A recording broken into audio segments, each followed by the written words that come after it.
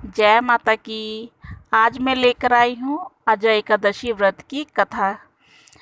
भाद्रपद मास के कृष्ण पक्ष में पड़ने वाली एकादशी को अजय एकादशी के नाम से जाना जाता है। एकादशी व्रत कर रखने से सभी मनोकामनाएं पूरी होती हैं।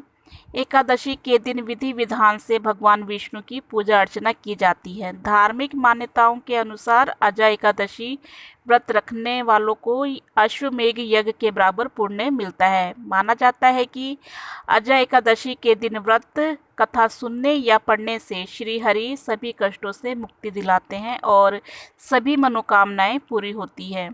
इसलिए अजय एकादशी के दिन व्रत कथा के पाठ को करने या सुनने का विशेष महत्व होता है। आइए बात करते हैं अजय एकादशी व्रत की कथा के बारे में। अजय एकादशी की व्रत कथा सत्यवादी राजा हरिश्चंद्र से जुड़ी है। राजा अपने राज्य को प्रसन्न रखते थे और राज्य में चारों ओर खुशहाली रहती थी। समय बीता और राजा का विवाह हुआ। राजा को एक पुत्र रत्न की प्राप्ति हुई। राजा अत्यंत वीर और प्रतापी थे। एक दिन राजा ने अपने वचन को निभाने के लिए पुत्र और पत्नी को बेच दिया। राजा खुद भी एक चंडाल के सेवक बन गए।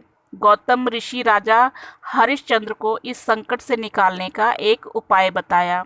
राजा ने ऋषि मुनि के कहे अनुसार अजय एकादशी व्रत रखा और विधि विधान से पूजन किया। अजय एकादशी के व्रत से राजा के पिछले जन्म के सभी पाप कट गए और उन्हें खोया हुआ परिवार और राजपाट वापस मिल गया। इसलिए सभी उपवासों में अजय एकादशी व्रत को सर्वश्रेष्ठ बताया जाता है। कहते हैं कि अजय एकादशी व्रत करने वालों को पापों से मुक्ति मिलती है।